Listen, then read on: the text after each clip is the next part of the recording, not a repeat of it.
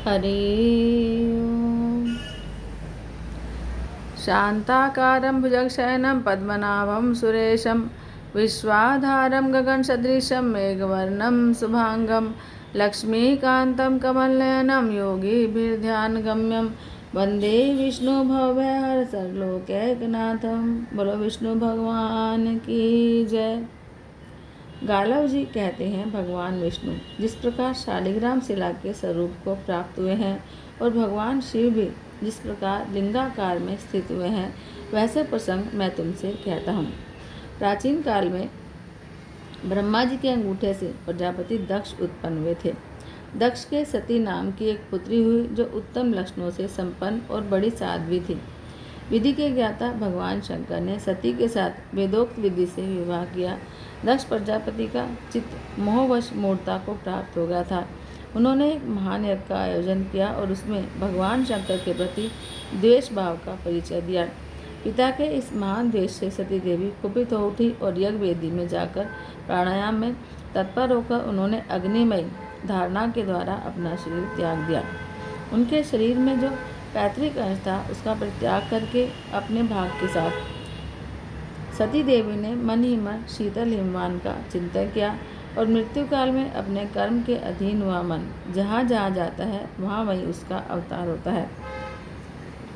अतः अग्नि में जली हुई सती देवी शीतल हिमालय का चिंतन करने के कारण हिमालय की पुत्री बनी।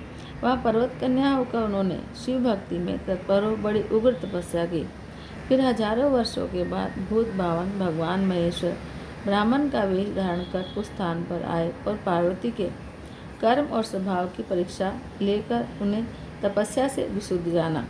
फिर दिव्य सिर धारण करके भगवान शिव ने पार्वती का हाथ पकड़ लिया और कहा, देवी तुमने तपस्या से मुझे जीत लिया है, बोलो तुम्हारा कौन सा प्रिय कार्य करूं। तब पार्वती ने महेश्वर से कहा, आप मुझे अंगीकार करने में मेरे पिता को निमित्त बनाइए। उनके इस प्रकार कहने पर भगवान शंकर ने सप्त ऋषियों को हिमालय के पास भेजा। सप्त ऋषियों ने हिमालय के पास जाकर लगन का समय बताया और महादेव जी से सब समाचार कहकर वे अपने स्थान को चले गए। फिर लगन के दिन इंद्र आदि देवता ब्रह्मा विष्णु अग्नि को आगे करके आगे आए और वे वर वेश में भगवान शंकर का दर्शन करके बड़े प्रसन्न हुए। हिमवान ने दूल्हे वेश में भगवान शंकर को देखा तो अपने आप को कृतार्थ माना और प्रसन्नतापूर्वक मधुपर्क आदि शुभ उपचारों से उसका पूजन किया। फिर वेदोक्त विधि से उस गणवती कन्या को हिमवान ने भगवान शिव को सौंप दिया। उसके बाद भगवान शिव ने अग्नि की परिक्रमा की और जब उनसे गोत्र आदि पूछा गया तब वे लज्जित से हो गए। फिर ब्रह्मा जी के कथनानुसार विवाह की शेष विधि पूरी की गई।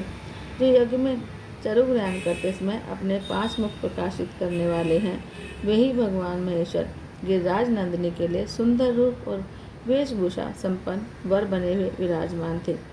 पार्वती ने भगवान शंकर को ही अपना प्राण वल्लभ स्वीकार किया और विवाह के बाद दहेज देकर हिमालय ने शिव जी को विदा किया और वहाँ से भगवान शिव मंदराचल पर्वत पर आए। वहाँ विश्वकर्मा ने उनके लिए क्षण भर में मणिमय भवन का निर्माण किया। वह मंदिर देवादिदेव भगवान शिव की इच्छा के अनुसार बनने वाला था। उस सुंदर भवन में पार्वती के साथ निवास करते हुए भगवान शंकर की दृष्टि में वायु रूपधारी कामदेव आया। कामदेव ने शिव जी को देखकर इस प्रकार स्तुति की, ऋषभध्वज आपको नमस्कार है, आप सर्वस्वरूप हैं, आपको नमस्कार है, आप गणों के स्वामी हैं, आपको नमस्कार है। हे नाथ मेरी रक्षा कीजिए। प्रभु आपके इस चराचर जगत में कोई ऐसी वस्तु दिखाई नहीं देती जो आपसे रहित हो। आप ही रक्षक, आप ही सृष्टि करने वाले और आप ही समस्त संसार का संहार करने वाले हैं। महादेव मुझ पर कृपा कीजिए और मुझे देह दान दीजिए। भगवान शिव बोले, कामदेव मैंने पूर्व काल में तुम्हें पार्वती के आगे भस्म किया है, अब पुनः उन्हीं के पास जाकर शरीरधारी हो जाओ। भगवान शिव के ऐसा कहने पर कामदेव ने अपना शरीर धारण किया और विनय से नम्र होकर उसने पार्वती के दोनों चरणों में प्रणाम किया। उस समय उसके मन में बड़ी प्रसन्नता थी। पार्वती और परमेश्वर का प्रसाद पाकर महामोह और बल से संपन्न महातेजस्वी कामदेव तीनों लोकों में विचरण करने लगा। प्राचीन काल में देव असुर संग्राम के अवसर पर भयंकर रूप धारण करने वाले बलोन्मत्त दानवों ने देवताओं को मारा और देवता भयभीत होकर ब्रह्मा जी की शरण में गए। बृहस्पति आदि सभी देवताओं ने जगत पिता ब्रह्मा को नमस्कार करके उनका स्तवन किया। फिर सबके सब हाथ जोड़कर खड़े हो गए। तब ब्रह्मा जी ने उनसे पूछा, देवताओं, किस लिए मेरे पास आए हो? देवता बोले, तात, अद्भुत पराक्रम करने वाले दैत्यों ने युद्ध में हमें परास्त कर दिया, अतः हम सब लोग आपकी शरण में आए हैं। देवेश्वर, अपनी शरण में आए हुए हम लोगों की आप रक्षा कीजिए। देवताओं की यह बात सुनकर ब्रह्मा जी ने कहा, एक समय शिव भक्तों ने भगवान विष्णु के भक्तों के साथ एक दूसरे को जीतने की इच्छा से बड़ा विवाद हुआ। तब भगवान शंकर ने अपने भक्तों के देखते देखते एक परम अद्भुत रूप धारण किया। वह उनका हरिहर स्वरूप था। वे आधे शरीर से शिव और आधे शरीर से विष्णु हो गए। एक और भगवान विष्णु के चिन्ह और दूसरी ओर भगवान शिव के चिन्ह प्रकट हुए। एक और गरुड़, दूसरी ओर नंदी उपस्थित थे। एक और मेघ के समान श्यामवर्ण और दूसरी ओर कपूर के समान गौरवर्ण। दोनों में एकता का स्पष्टीकरण हुआ। उस प्रकार संपूर्ण विश्व में एक ही भगवान व्यापक है, अतः विश्व भगवान से अलग नहीं है। इस प्रकार भगवान की एकता का बोध हुआ। श्रुतियों स्मृतियों के अर्थ को बाधित करने वाली भेद बुद्धि नष्ट हो गई। पाखंडी और युक्तिवादी सब आश्चर्यचकित हो गए। सबने अपने अपने मत का आग्रह छोड़कर मोक्ष मार्ग की शरण ली। मंदराचल पर्वत पर वह हरिहर मूर्ति आज भी विद्यमान है, जिसकी प्रमथ आदिगण हमेशा स्तुति करते रहते हैं। सृष्टि पालन और संहार करने वाली वह मूर्ति संपूर्ण विश्व का बीज है। शिव और विष्णु की उस संयुक्त मूर्ति का स्मरण करने पर वह संपूर्ण पापों का नाश करने वाली है। वह परम सत्य और योगी पुरुषों के द्वारा चिंतन करने योग्य है। मुक्ति की इच्छा करने वाले मनुष्य उस मूर्ति का ध्यान करके परम पद को पाते हैं। चतुर्मास में विशेष रूप से उसका ध्यान करके मनुष्य फिर मानव लोक में जन्म नहीं लेता। उस हरिहर मूर्ति के पास जो लोग जाते हैं उनका वे भगवान कल्याण करते हैं। ऐसा कहकर ब्रह्मा जी वहीं अंतर्ध्यान हो गए। फिर वे अग्नि आदि देवता मंदराचल पर्वत पर गए और भगवान महेश्वर को खोजते हुए वहीं घूमने लगे।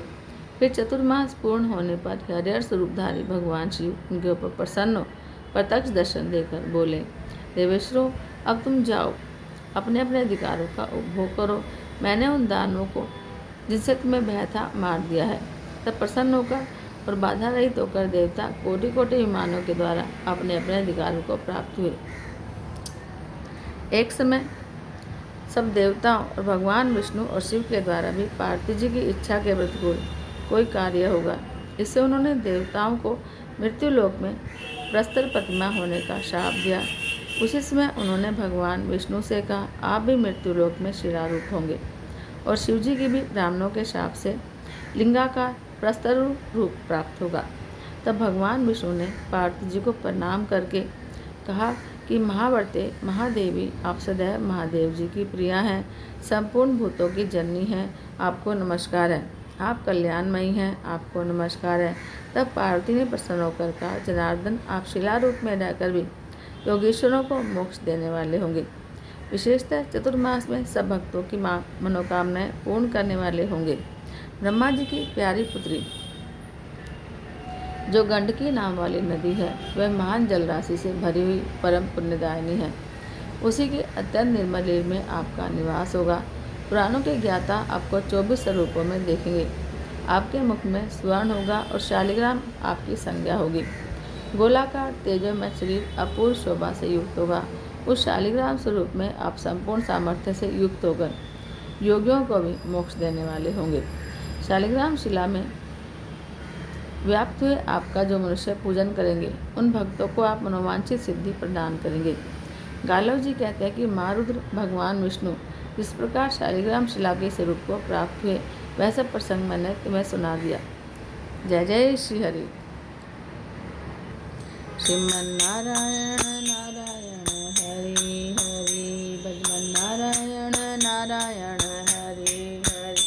तेरी लीला सबसे न्यारी न्यारी, हरि हरि। तेरी लीला सबसे न्यारी न्यारी, हरि हरि। हरि ओम नमो नारायण, नारायण हरि ओम नमो नारायण हरि ओम नमो नारायण श्रीमन्नारायण नारायण हरि हरि श्रीमन्नारायण नारायण हरि हरि बद्री नारायण नारायण हरि हरि बद्री नारायण नारायण हरि हरि तेरी लीला सबसे प्यारी प्यारी हरि हरि तेरी लीला सबसे न्यारी न्यारी हरि हरि हरि ओम नमो नारायण ओम नमो नारायण हरि ओम नमो नारायण हरि ओम नमो नारायण श्रीमन्नारायण नारायण हरि हरि भजमन नारायण नारायण हरि हरि लक्ष्मी नारायण नारायण हरि हरि सत्यनारायण नारायण हरि हरि। बोलो विष्णु भगवान की जय। जय जय श्री राधे, जय जय श्री राधे, जय जय श्री राधे।